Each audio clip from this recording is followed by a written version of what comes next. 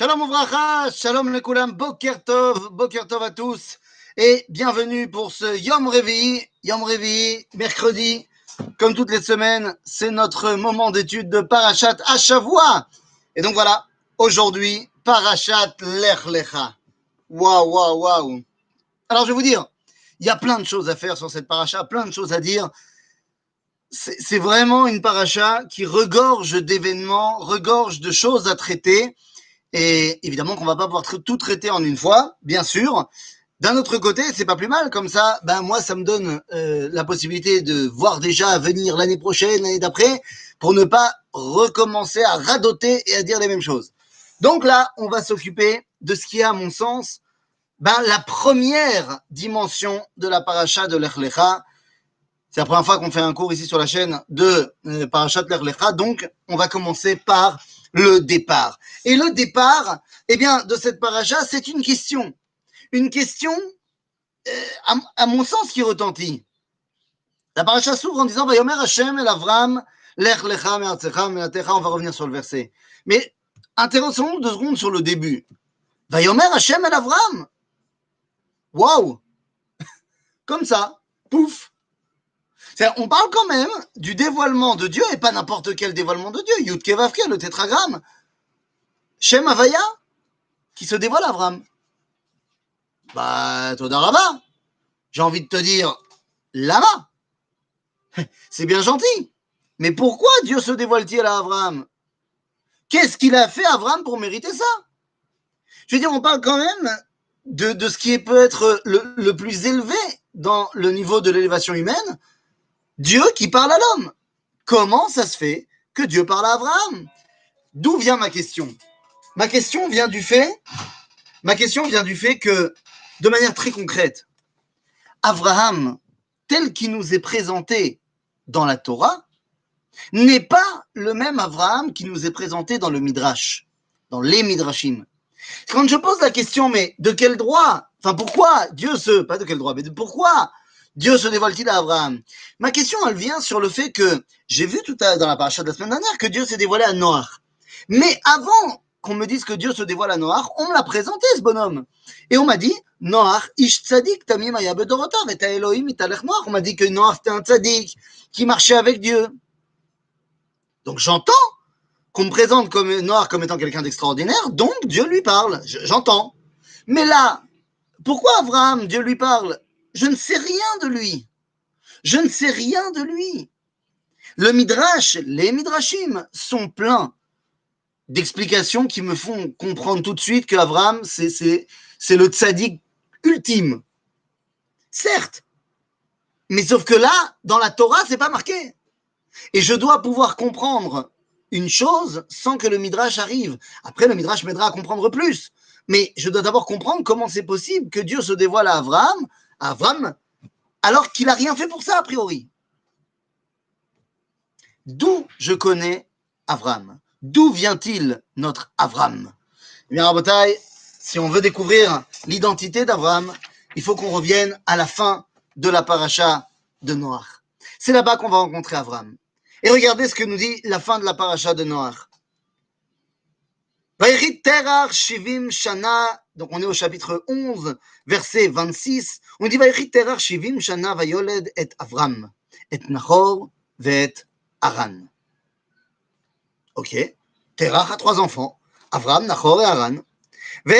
Et donc c'est la première fois que j'entends parler d'Avram.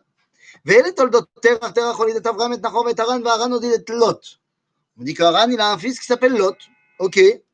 וימות הרן על פני תרח אביו בארץ מולדתו באור כשדים, ויקח אברהם ונחור להם נשים, שם אשת אברהם שרי, ושת נחור מילכה, בת הרן אבי מילכה ואבי עסקה. ותהי שרי יקרה, אין לה ולד, ויקח תרח את אברהם בנו ואת לוט בן ארם בן בנו ואת שרי כלתו, אשת אברהם בנו, ויצאו איתם מאור כשדים ללכת ארצה כנען, ויבואו עד חרן וישבו שם. On me dit que Terach a pris toute la famille, y compris Avram, et est parti s'installer à Haran.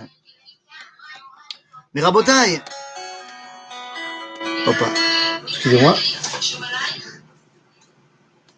Mais Rabotai, pourquoi il n'est nulle part fait mention d'une explication qui me permettrait de comprendre pourquoi Dieu se dévoile à Abraham. Je ne sais pas encore qu'il est le tzaddik qu'il est. Comment se fait-il que Dieu se dévoile à lui? La seule information que j'ai sur Abraham, c'est sa généalogie. Et en fait, tout doit être recherché là-bas. Pourquoi Dieu se dévoile à Abraham? Si la Torah me l'avait présenté comme le Midrash, eh bien, on aurait su que c'est un supra-tzaddik. Et donc, tu aurais pu penser que Dieu se dévoile à lui parce qu'il est tzaddik. Ce n'est pas le cas. C'est pas parce qu'il a cherché Dieu, c'est pas marqué dans la Torah. Ça fait partie des explications qui sont amenées dans le Midrash. Et j'ai dit, dans le Midrash, tu sais qu'Abraham, c'est un super tzaddik. Mais dans la Torah, c'est pas marqué.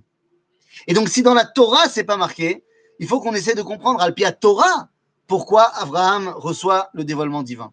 Dans la Torah, on connaît sa généalogie. J'ai commencé en parlant de Terah, son père, mais en fait, on peut remonter un petit peu plus haut. Abraham est tout simplement un descendant direct de Ever. Plus tard dans la paracha, Abraham sera présenté au chapitre 14 comme étant Abraham Ivri. C'est un hébreu. Alors, évidemment que Rashi nous dit c'est un hébreu, c'est un ivri, parce que Wavar est un art, il a traversé le fleuve, il est d'un côté du monde, il est monothéiste, tout le reste est polythéiste. D'accord. Mais d'abord et avant tout, c'est un hébreu parce que c'est un hébreu. Parce qu'il vient de Ever. Abraham n'est pas le premier des hébreux. Si je puis dire, Abraham est le dernier des hébreux. Enfin, pas le dernier, mais je veux dire, dans la chaîne de transmission. Le peuple hébraïque, la nation hébraïque, a commencé avec Ever. Abraham est le successeur de cette identité hébraïque. Or, lorsqu'on voit dans la Torah qui est Ever, eh bien on nous dit qu'il a eu un fils qu'il a appelé Peleg. On nous dit la Torah Lama, qui beyamav niflega haaretz. Car dans la vie de son fils Peleg, il y aura la tour de Babel.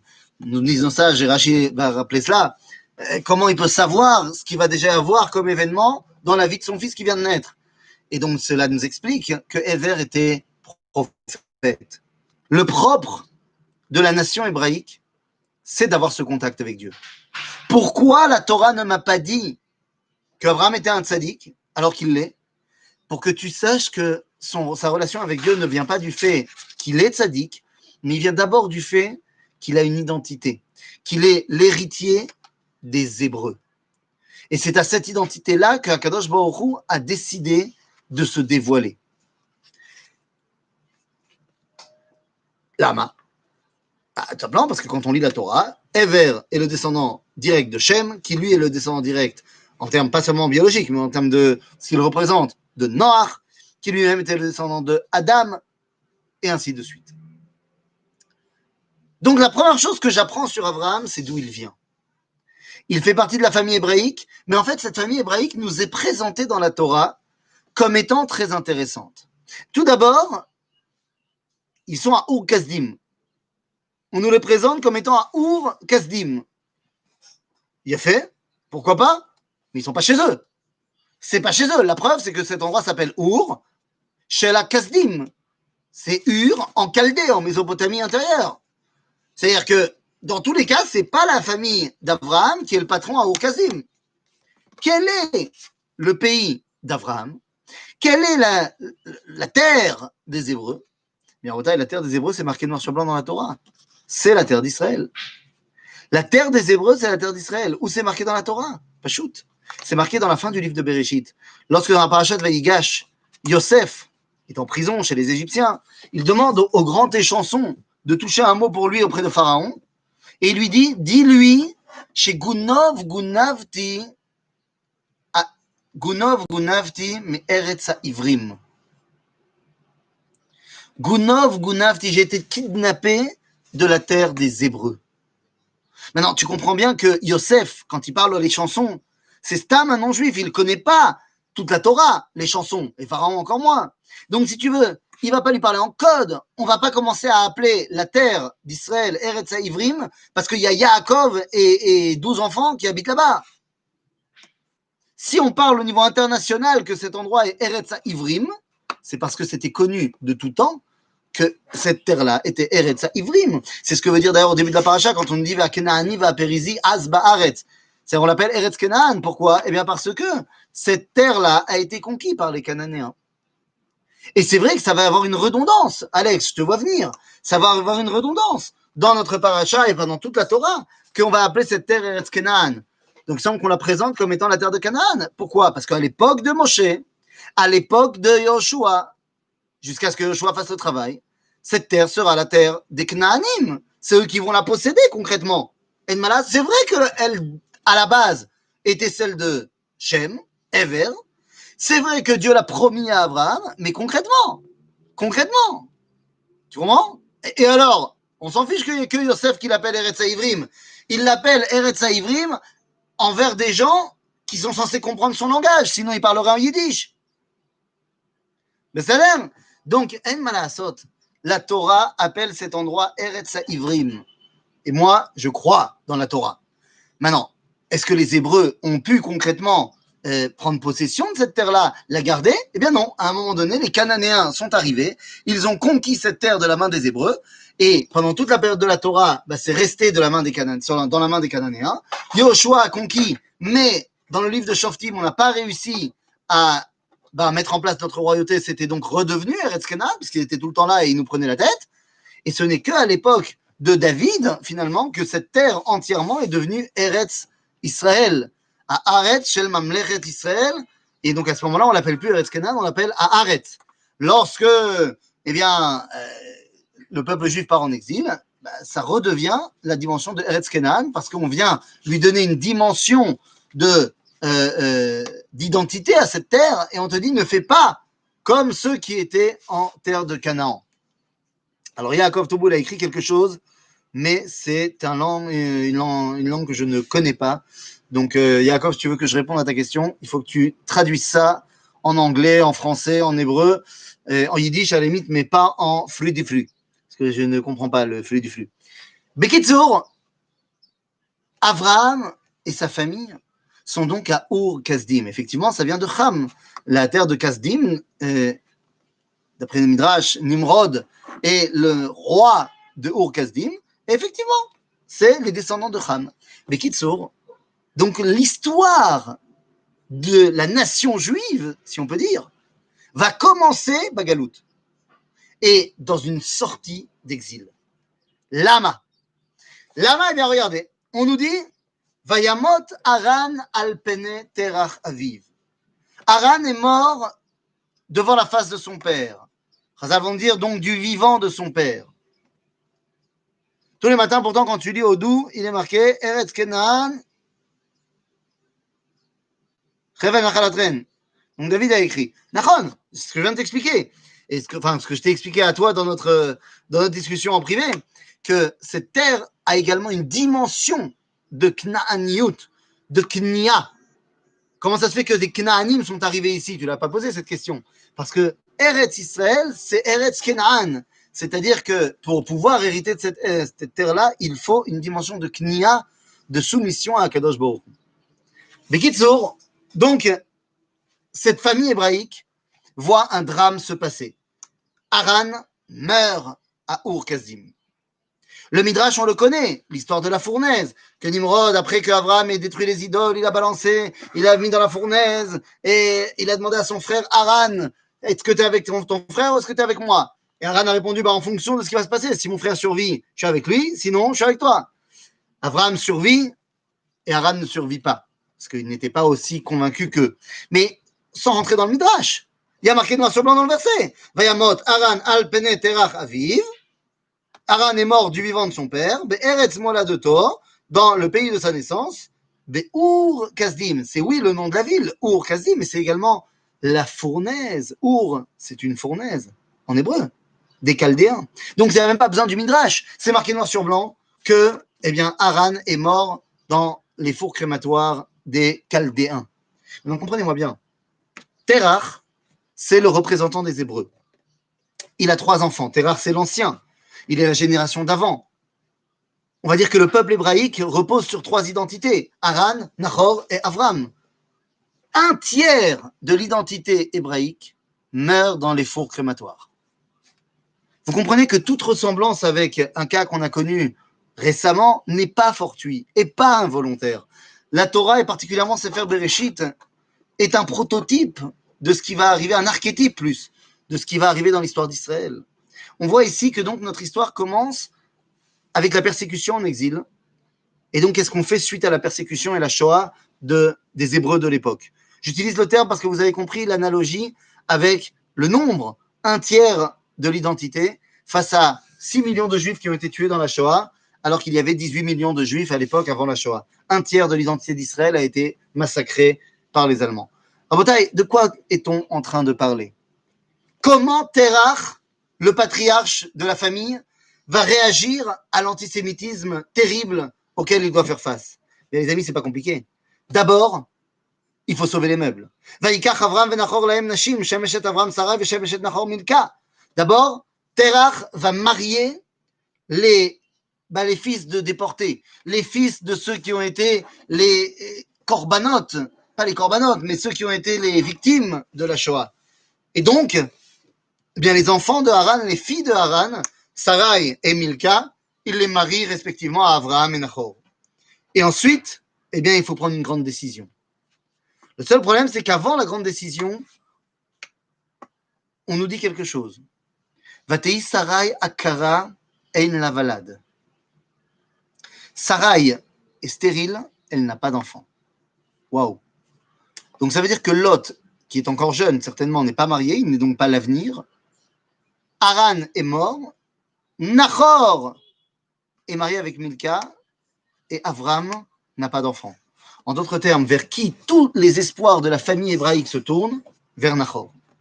Et à ce moment-là, on nous dit Vayikar terach et Avram beno, ve'et Lot ben Haran ben beno, ve'et Sarai kalato, et chet Avram beno, vayitzeu itam meukazdim lalechet arza Kenaan.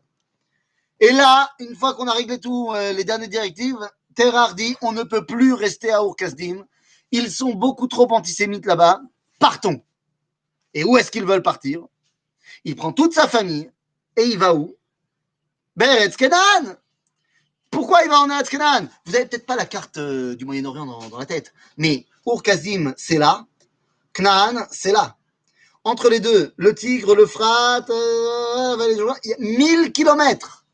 C'est pas la porte à côté d'aller en Knaan. Pourquoi il va arriver en Eretz Kenan? Mais parce que, comme on a dit tout à l'heure, Terach est un Hébreu. Eretz Kenan, c'est la terre des Hébreux. Il veut donc rentrer sur la terre de ses ancêtres. Comment on appelle ça aujourd'hui? Un juif qui veut rentrer sur la terre de ses ancêtres, qui s'appelle dans la Torah Sion. Sion. Eh bien, ça s'appelle quelqu'un qui est sioniste. Pachout. Terach est le premier sioniste. Mais attention, quelles sont les raisons qui vont pousser Terach à quitter sa Ur-Kasdim chérie? C'est la persécution et l'antisémitisme.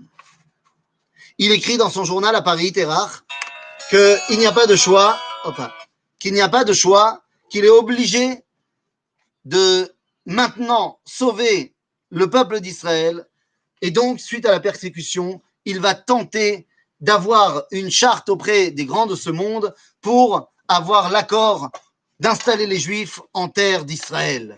Oui, vous entendez ici les paroles de Binyamin Zev Herzl. Terach, c'est le premier Herzl. Il veut partir, rentrer en Israël. Pourquoi? À cause de la persécution. Il faut trouver un refuge pour le peuple d'Israël. Il y a une autre partie de l'identité hébraïque qui est le rescapé de la Shoah. Lot, Sarai, Milka. C'est-à-dire qu'il y a une façon d'être juif, présentée par la Torah, c'est d'être sioniste pour des raisons sécuritaires. On va appeler ça un sioniste laïque. Il y a une autre partie de l'identité qui est l'identité, donc on a dit de Lot, Sarai et Milka, qui sont les rescapés de l'antisémitisme. Ils vivent avec le traumatisme de la Shoah, ils vivent avec le traumatisme de la persécution, et c'est ce qui détermine une grande partie de leur identité. Toute ressemblance avec des juifs qu'on pourrait connaître aujourd'hui est, encore une fois, absolument pas fortuite et pas involontaire. La troisième identité, c'est celle de Nahor. Et quand on regarde le verset de plus près, on nous dit que Terach a pris Abraham, Lot, Sarah. Il est où Nahor? On ne nous dit pas que Terach a pris Nahor avec lui. Les amis, comment ça se fait? À Rabotai, c'est très simple. Nahor, il est depuis longtemps déjà parti de Ur-Kasdim. Nahor, il a compris avant tout le monde que c'était plus possible de vivre à Ur-Kasdim. Il a bien compris que la persécution là-bas, non, non, non, non, non. Et donc il est parti avant la Shoah. Il est parti avant la Shoah, il est parti où? À New York. Enfin, le New York de l'époque. Il est parti à Haran. Et il y est bien là-bas. À tel point qu'il va être élu maire de la ville. Ah non, mais c'est pas moi qui l'invente. Quand tu regardes beaucoup plus tard, lorsque Eliezer partira à Haran, à Aram Naharaim, lorsqu'il partira à Aram Naharaim pour trouver une femme pour Yitzhak, eh bien il ira, et la Torah nous présente la ville comme étant Ir Nachor, la ville de Nachor. Rabotai. Nachor est donc à Haran, ce qui explique d'ailleurs. On a dit, Terach, il veut partir où? À la maison, en Eretz Israël, Beretz Kenan. Sauf que la Torah continue en disant, Vayavo at Haran, Vayeshvu Sham. Pourquoi Vayavo at Haran? Pourquoi ils sont arrivés à Haran? Bon, pourquoi ils sont arrivés à Haran? C'est normal, c'est le chemin. On a dit, Ur-Kasdim, c'est là, Eretz Israël, c'est là. Le plus simple, c'est de faire comme ça, mais c'est pas possible à l'époque, parce que tout ça, c'est un désert. Donc, on traverse pas le désert, on va monter de Our, le long du Jourdain, le long du Tigre et de l'Euphrate, et on va arriver ici à Haran, faire une pause, et ensuite on va redescendre par les différents fleuves et la vallée du Jourdain. Donc c'est normal qu'ils passent par Haran. Mais Vayeshvu Sham, et ils vont rester là-bas. Lama. Eh bien tout simplement parce que quand ils sont arrivés à Haran, ils ont rencontré Nahor. Ils ont dit, papa, enfin, tu es arrivé. On a eu tellement peur pour vous quand on a vu ce qui s'est passé là en Allemagne, Kasdim. On a eu tellement peur, on est tellement heureux que vous soyez là. Et là, j'imagine la discussion, j'imagine l'enlaçade, et j'imagine qu'ils ont dû commencer à dire, tu sais ce qui est arrivé à ton frère, dire oui, Haran, Yezircho Baruch, on va faire un kiddush cette semaine à la choule. Et puis après, qu'est-ce qu'il a dit, Nahor? Il a dit à Terach, mais où vas-tu? Je dis, je vais en Eretz Kenan, en Eretz Israël. Je vais à Tzion. Et là, je peux te dire, j'étais là, j'ai vu la scène. Nahor, il a mis la main sur le cœur, il a dit, Imeshkacher Yerushalayim Tishkach Yemini. Jérusalem, c'est un rêve extraordinaire. Mais enfin, papa, c'est pas la peine d'y aller tout de suite. Non, parce que tu comprends, en Israël, il y a des Cananéens. Ils vont te jeter des pierres, ils vont te faire des attentats, machin, mais tu rigoles ou quoi? Vaut mieux s'installer ici, à Paris, New York, c'est très bien ici. Ici, on est toléré, ici, on a l'émancipation, ici, on est bien. On est bien, on occupe des postes importants dans l'administration. Qu'est-ce que tu vas aller prendre la tête à Haran? Vayeshvu Sham. Nahor, c'est l'idéal cosmopolite. C'est quoi l'idéal cosmopolite? C'est cette identité qui dit, moi, je ne veux pas être un hébreu, je veux devenir un citoyen du monde. Et on en connaît aussi beaucoup. Ça a tellement bien marché que Nahor est un hébreu, on a dit, c'est le fils de Terah, tout ça. Mais son fils s'appelle déjà dans la Torah Bethuel à Arami et son petit-fils Lavan à Arami. En d'autres termes, quand tu arrives là-bas dans cette idéologie-là, tu deviens un Haranien. Tu deviens un Français. Des fois de confession israélite ou pas. Tu as perdu ton identité. Et il y a la quatrième identité, c'est celle de Avram. Pour l'instant, il suit. Mais on connaît l'histoire. Car c'est dans cette identité-là, dans cette ambiance-là, que va Yomer Hashem el Avram lech lecha. Maintenant, comprenons bien. Ça fait combien de temps qu'il est à Haran? Ça fait combien de temps qu'il est à Haran? Il est à Haran depuis Oua Marloket. Soit depuis 72 ans, soit depuis 35 ans. Allez, l'homme est chané. Disons qu'on va aller au minimum. 35 ans, qu'à 40 ans, il a découvert Akadosh Baruch Hu. Nous, Shkoyer. L'histoire, il a cherché Dieu, le soleil, la lune, les nuages, tout ça. Disons, il y a deux avis, à 3 ans, 40 ans, l'homme chané. Ça fait donc 35 ans minimum qu'il a jeté l'idolâtrie, et à Haran, il est donc déjà plus idolâtre. Et il fait quoi? Dit le Rambam dans les lois sur la Avodah Zarah, qu'Avraham Avinu, il a créé une religion. Il a créé une religion monothéiste, cosmopolite, qui parle à tout le monde. Et il marchait très très bien, nous dit le Rambam, que Ukibet Salav Alafim Urvavot, des centaines de milliers d'adeptes dans la religion d'Avraham. Avraham, son métier, c'est d'être gourou. Mais bien sûr, c'est le maître de la religion abrahamienne, qui prône le Dieu unique et qui s'adresse à tout le monde. Abraham va donc créer la première grande religion monothéiste. Ça fait 35 ans qu'il bosse et il marche super bien. Et à ce moment-là, Yomer Hashem el Avram, Kol ma she'asita, tout ce que tu as fait, c'est pas bien. Lech lecha. Mazé lech lecha. Va tout seul. Lech, ça veut dire va-t'en, va-t'en. Lecha, c'est ata. Tu pars tout seul sans toute ta clique. Bon, ta femme, tu peux la prendre, c'est ta femme, Ishtoki Goufo, Akol Tov. Mais pas tes élèves. Et pourquoi? Tu comprends que si Abraham il fait une religion, il n'a pas besoin de territoire. La religion, elle est portative. Mais non, Dieu, il dit, va dans la terre que je vous montrerai. Pourquoi? Parce que mon projet à moi, Dieu, c'est pas que tu crées une religion. Et la sera les goy gadol. Je ferai de toi un grand peuple. Je veux créer une identité nationale et non pas une religion. Quelle est la différence? Eh bien, la religion parle à l'individu. Elle amène l'individu à se sanctifier, alors que la nation parle au collectif.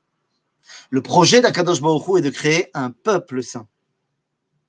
Une identité qui se transmet dans la famille, de père en fils, de mère en fille. Akadosh Baruch Hu va clairement énoncer son projet à Abraham. Il veut faire de lui un peuple et non pas une religion. Le judaïsme n'a jamais été une religion. Religion, ensemble des doctrines et des actes qui vont lier l'homme au divin, d'après ce qui a marqué dans Petit Robert. La religion, ce sont des actions. Comme il y a les 5 piliers fondamentaux de l'islam, il y a les dogmes fondamentaux du concile de Nicée pour les chrétiens. Celui qui rejette les piliers de l'islam n'est pas musulman, celui qui rejette le concile de Nicée n'est pas chrétien. Et pourtant, d'après la halakha, quelqu'un qui rejette les 613 mitzvot, il est quand même juif à 100%, s'il est né juif. Parce qu'être un juif, ce n'est pas ce que tu fais, mais d'abord et avant tout, c'est ce que tu es. En d'autres termes, Akadosh Baruch Hu est en train d'expliquer à Abraham que c'est pas parce que Napoléon, il y a 200 ans, a donné l'émancipation aux Juifs de France et leur a donné la citoyenneté, moyennant un abandon d'une grande partie de leur identité, c'est pas parce que depuis 200 ans, les Juifs en France sont citoyens français, et c'est très bien, la cavode, et ça a permis d'éviter une bonne partie des persécutions, quoique l'affaire Dreyfus a montré que ça n'a pas tellement marché, mais enfin bon, ça ne veut pas dire que c'est mon identité profonde. Je ne crache pas sur l'identité française. J'ai grandi en France et j'ai kiffé ma vie en France. Et je remercie chaque instant la France de m'avoir donné l'éducation que j'ai reçue, de m'avoir donné l'ouverture d'esprit que j'ai, de m'avoir donné la culture générale que j'ai, de m'avoir donné les valeurs de la République, qui sont des très belles valeurs. Donc, je n'ai rien à dire de négatif sur la France. Je la remercie, au contraire. Je dis simplement que sans lui manquer de respect, mon identité, ben, c'est pas, à la base, la France. Je la respecte et tant que je suis chez elle, eh bien, je me comporte en adéquation avec elle, parce que je suis un hôte, je suis un invité, je suis toléré, et ça me fait plaisir. Donc, évidemment que quand je vais chez quelqu'un, eh ben, je sais me comporter. Je ne vais pas imposer à quelqu'un d'autre mon mode de vie. C'est tout à fait normal. Mais mes ancêtres n'étaient pas gaulois.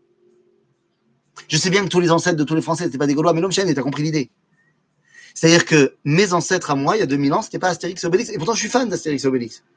Mais mes ancêtres, ils étaient à Jérusalem, au Beth Amikdash, il y a 2000 ans. Et c'est de ça qu'on parle. L'identité hébraïque, l'identité d'Israël, c'est une nation. Abraham va avoir beaucoup de mal à accepter ce changement. Toute la paracha de Lech Lecha, toute la paracha, et on ne va pas pouvoir maintenant l'étudier en profondeur, mais toute la paracha de Lech Lecha vient pour expliquer à Abraham qu'il n'est plus une religion, mais qu'il devient un peuple. Il a énormément d'épreuves pour le comprendre. La plus grande d'entre elles, c'est que bah, t'es bien gentil, mais j'ai pas d'enfant. Tu veux que ce soit un peuple, il faut bien que ça se transmette de père en fils. J'ai pas d'enfant. Et il va donc prendre Agar, cette égyptienne, et avec elle, il va avoir Ishmaël. C'est fantastique. Parce que pour Abraham, il s'agit maintenant d'un compromis, car c'est son fils, mais ce n'est pas un fils particulier de l'identité familiale. J'ai eu ce fils avec l'Égypte, et donc je le vois comme étant l'idéal, le compromis entre mon projet cosmopolite et le projet divin de peuple. Et donc Dieu lui dit, mais non, ça ne sera pas Ishmaël. Je t'ai déjà dit que Sarah elle allait avoir un enfant et ça allait d'elle sortir la nation d'Israël. Et sauf que lorsque Akadosh Baruch Hu va enseigner à Abraham, il va lui dire textuellement, tu vas avoir un fils de Sarah, Abraham répond, Lou Ishmael Yichyeh lefanecha, que Ishmaël vive devant toi. Même à ce moment-là, Abraham a du mal à le comprendre. Et donc il va falloir attendre, concrètement, il va falloir attendre jusqu'à la fin de la paracha de Vaïra de la semaine prochaine, pour que Abraham enfin accepte Yitzhak comme étant véritablement son fils et son successeur, pour faire de notre identité, non pas une identité religieuse qui se transmet à celui qui voudrait bien être religieux, mais une identité nationale, familiale, qui se transmet depuis des générations, depuis 4000 ans, pour créer une identité collective qui arrive à la sainteté et qui peut enseigner au reste du monde comment, sans annuler son identité, eh bien, on peut devenir quelqu'un qui a un message à donner à toute l'humanité. C'est ce que Dieu dit à Abraham, Ve'esra le goy gadol, je ferai de toi un grand peuple. Et grâce à cela, venivrechu becha kol mishpechot ha'adama. Et grâce à cela, pas seront bénis, parce que ça c'est ve'it barechu. Venivrechu seront marcotés en toi toutes les familles de la terre. Le marcotage, c'est ce qu'on fait en jardinage quand on prend un plant de vigne et qu'on prend une branche et qu'on la remet dans le sol pour que de là ressorte quelque chose. Seront greffées à toi toutes les familles de la terre et pourront apprendre cet enseignement. Pourquoi Dieu a choisi Abraham? Si, j'ai expliqué qu'Abraham fait partie de la dimension de la famille hébraïque. Ever est le successeur direct de Shem, que Shem est le successeur direct de Noach, que Noach, d'après sa filiation, est le successeur de Shet, qui lui-même est le successeur officiel de Adam Arishon. Pourquoi donc Dieu a choisi Abraham, parce qu'il est le successeur de Adam Arishon que Dieu a créé. Il n'a donc pas besoin d'un religieux, il a besoin d'un homme qui porte en lui l'identité abrahamique. Il a donc vu en lui le potentiel du fondateur d'un peuple. Il n'a pas vu en lui. Il est le fondateur du peuple. Il porte en lui l'identité de ce peuple, qu'il le veuille ou qu'il ne le veuille pas. Et Akadosh Baruch Hu va lui expliquer que l'identité et le dévoilement divin passent par le collectif, passent par Goy Kadosh. Tout ça nous amènera finalement dans le livre de Shemot à pouvoir dire Ve'atem tiyuli mamlechet kohanim ve'goy kadosh. Vous serez pour moi une nation de prêtres et un peuple saint, c'est-à-dire que vous aurez comme rôle de faire la jonction entre moi et le reste des nations du monde. Comme les Kohanim font la jonction entre Akadosh Baruch Hu et le reste des Béné Israël. Shabbat Shalom, les Koulam!